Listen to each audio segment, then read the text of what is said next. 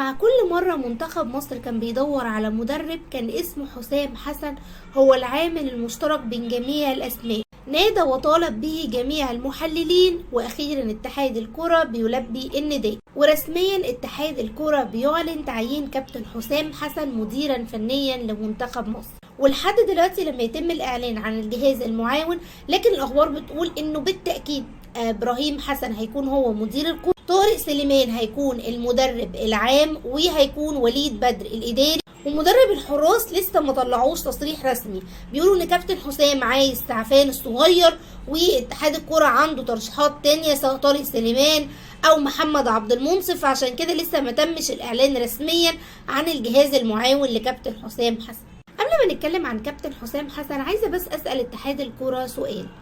هو المفروض ان اتحاد الكرة طلع علينا من يومين وقال ان في اقالة فيتوريا والبديل هيكون اجنبي. طلع وزير الرياضة وصرح لا للمدرب المصري، نعم للمدرب الاجنبي. وطلع قال رحنا اتكلمنا مع هيرفي رينار، لا كيروش، لا كنا بنجس النبض، لا دول طالبين لسه مبالغ كبيره ومبالغ قليله، لا ده هيرفي رينار لسه بيقول ان هو مش هيقدر يكون متاح غير بعد الاولمبياد. احنا عندنا 14 سيره ذاتيه من المديرين الفنيين الاجانب وبنختار ما بينهم، وعلى اساس ان اللي جاي مدير فني اجنبي انت عينت محمد يوسف هو المدرب العام، وقلت انه هيكون هو المدير الفني المؤقت لحين التعاقد مع مدرب اجنبي.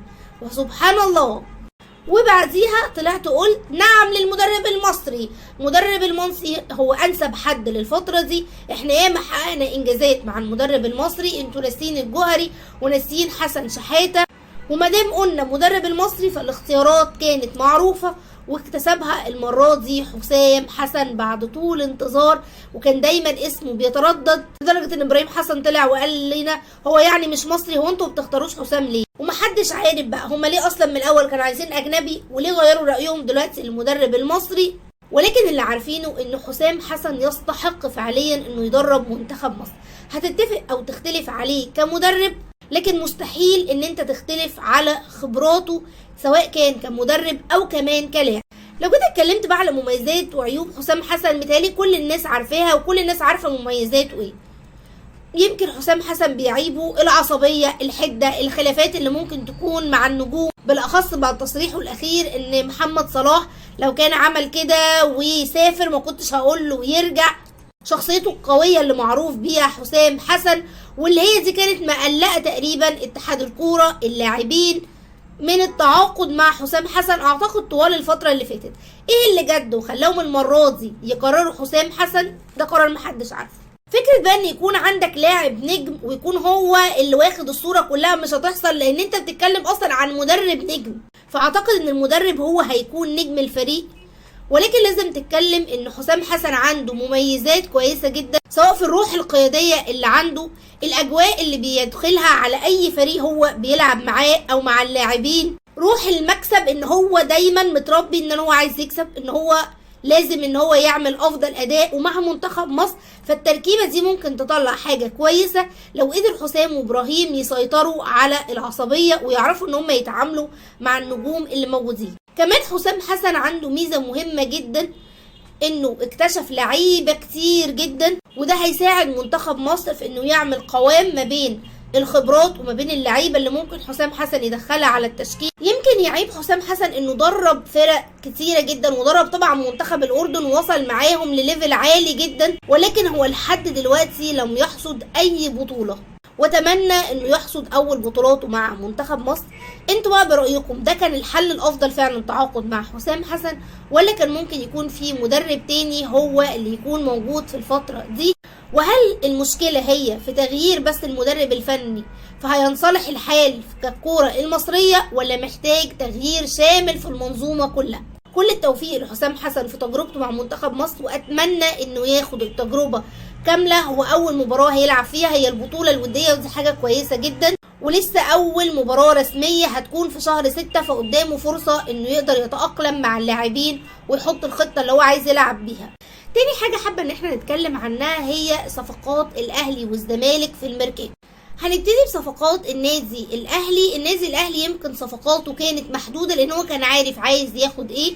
هو ابتدى بعمر كمال عبد الواحد لاعب مودرن فيوتشر، وهو لاعب جوكر هيديك الحل، سواء هو بيلعب باك يمين، سواء انه ممكن يلعب باك شمال، كمان ممكن تلعبه وينج، فهو لاعب عنده اكتر من حل. كمان المهاجم الفلسطيني وسام هيكون اضافه كويسه لخط الهجوم مع مودست وكهربا، بعد طبعا ما الاهلي فسخ التعاقد مع صلاح محسن. واللاعبين اللي انت جبتهم تحت السن من غانا، ودي فكره كويسه عايزه اشوف فعلا نتيجتها، لانه هاني رمزي سافر وراح عمل معايشه وجاب 5 لاعبين وتم اختيار 2 لاعبين، فمحتاجين نشوف هل فعلا التجربه دي ناجحه، بدل ما كنا بنشوف فيديوهات بس، لا ده احنا رحنا اخترناهم وجبناهم لعيبه صغيرين في السن. فبتمنى ان صامويل ورندروف يكونوا اضافه مميزه جدا للاهلي، اتمنى ان صامويل ورندروف يكونوا اضافه كويسه للمحترفين اللي بيلعبوا في النادي الاهلي. واخيرا هي صفقه الحارس الزنفولي. انا بس عايزه اتكلم في دقيقه كده سريعا ان احنا بعد اصابه الشناوي حصل تخبطات كتير جدا. الاول قلنا هنرجع علي لطفي، طب لا هنروح نجيب ابو جبل، لا مش هنجيب ابو جبل، لا احنا عايزين بسام، طب اصل سيراميكا بيغالي في طلباته، طب احنا مش هنقدر نعمل ده، ودايره كبيره جدا. انا عندي بس سؤال برضو لاداره النادي الاهلي، النهارده انا عماله اسال اسئله ومحدش هيجاوب عليها بس مش مهم. دلوقتي انا لما جبت الشناوي وطلعت علي لطفي كنت بقول ان مصطفى شوبير هيكون هو الحارس التاني وهبتدي اديله فرصه لان عندي ثقه كبيره جدا. طيب لو كان الشناوي اتصاب في وقت ما فيهوش انتقالات، انت كنت هتعمل ايه؟ كنت هتضطر تكمل باللي انت فيه، لكن انت كنت محظوظ انه حصل في فتره الانتقالات. فلو كنت هتجيب ابو جبل او بسام او علي لطفي هما اكيد كانوا يلعبوا على مصطفى شوبير. طب لما انت من الاول مش واثق في مصطفى شوبير اخترته ليه يكون هو الحارس البديل للشناوي وانت عارف ان الاصابات بتحصل؟ لان السنه اللي فاتت في افريقيا اتصاب عندك الشناوي وعلي لطفي ومصطفى شوبير كان بيلعب وهو مصاب في دماغه، وكان يعني ايه قلبنا اللي هو طب هنعمل ايه، وحمزه علاء كان مصاب. فده وارد وبيحصل طبعا، وما بيحصلش غير في الاهلي ان ايه الفرقه في مركز واحد تضرب اصابات. وبعدين جيت قلت خلاص مش هجيب حد وهعتمد على اللي موجودين، دي كانت خطتي من الاول. طب دي كانت خطتك وقفلت القايمه الافريقيه على كده، ليه رجعت تعاقدت بعد كده مع حارس الداخليه لما حصل اتمد القيد؟ طب ما كنت تعمل الخطوه دي قبل ما يتقفل القايمه الافريقيه. الحقيقه انا مش فاهمه الجزء ده، وان انا اجيب حارس بعد ما قفلت القايمه الافريقيه، لكن كل الدعم اكيد سواء للزنفولي سواء للاعبين اللي موجودين والحراس المرمى. مصطفى شوبير دي فرصه من ذهب لازم ان هو يغتنمها. وماذا بينك وبين الله يا زنفولي حتى تكون على بعض خطوات من البنك الاهلي فتنتقل النادي الاهلي. فعليا تدبيرات القدر انه اللاعب كان زعلان بس ان هو في الداخليه وهيروح البنك الاهلي مكان ابو جبل، فجاه لقى نفسه بيروت على النادي الاهلي. فاتمنى انه يقدر مع مصطفى شوبير وحمزه علاء ومخلوف يكون اضافه كويسه للنادي الاهلي. بالنسبه للزمالك بقى فبصراحه شابوه لمجلس اداره نادي الزمالك اللي خدوا خطوات ثابته جدا من ساعه ما جم، اوفوا بالوعود. اول مشكله كانت عند الزمالك هي القيد، رفعوا القيد وحلوا كل المشكلات، دفعوا كل المبالغ بمبالغ كبيره جدا. واضح ان هم كان عندهم خطه واستراتيجيه، انا اول ما القيد هيترفع انا هجيب مين والصفقات ايه، بدليل انه تم الاعلان عليه عارف الواحد تلو الاخر والزمالك ضم 10 صفقات. حابه ان احنا نتكلم عن مركز كده من اللعيبه اللي تم اضافتهم للزمالك، وهل الزمالك كان في حاجه لاعبين تانيين ولا لا. اول حاجه لو جيت تتكلم عن الدفاع هم ضموا ياسر حمد، هو لاعب منتخب فلسطين وبتمنى انه يكون لاعب جيد، لانه للاسف النهارده تاكد اصابه الونش بالصليبي للمره الثانيه. الف سلامه على الونش، يرجع بالسلامه، يعني قدر الله ما شاء فعل، ان شاء الله ترجع افضل. ولكن انت كده بقى عندك في الدفاع حسام عبد المجيد والزناري ومحمود علاء، فاتمنى ان ياسر حمد يكون صفقه كويسه، لان انت كده لو ما عندكش الصفقه دي هتبقى كنت محتاج مدافع تقيل. هم فعلا ما كانوش متوقعين اكيد ان الونش هيتصاب، فدي الحاجه اللي ممكن تقلق الزمالك، لكن كل الثقه في الاربعه اللي بيكونوا موجودين. على مستوى خط النص الزمالك بقى لقى انه السيزون اللي فات كان عنده كوارث في خط النص، كنت تدخل فتوح ومره تدخل المسلوسي، فجاب تخمه من اللاعبين في معظم المراكز بتاعت خط النص. لو انا املالي خط النص ده 8 و10 ابدر لي فيه لعيب. اول لاعب هو محمد شحاته لاعب الوسط اللي بيلعب في طلائع الجيش، اللي بيأدي مركز 6 و8، وهو كمان لاعب في المنتخب الاولمبي، يمكن هو بيجيد مركز 8 بشكل اكتر.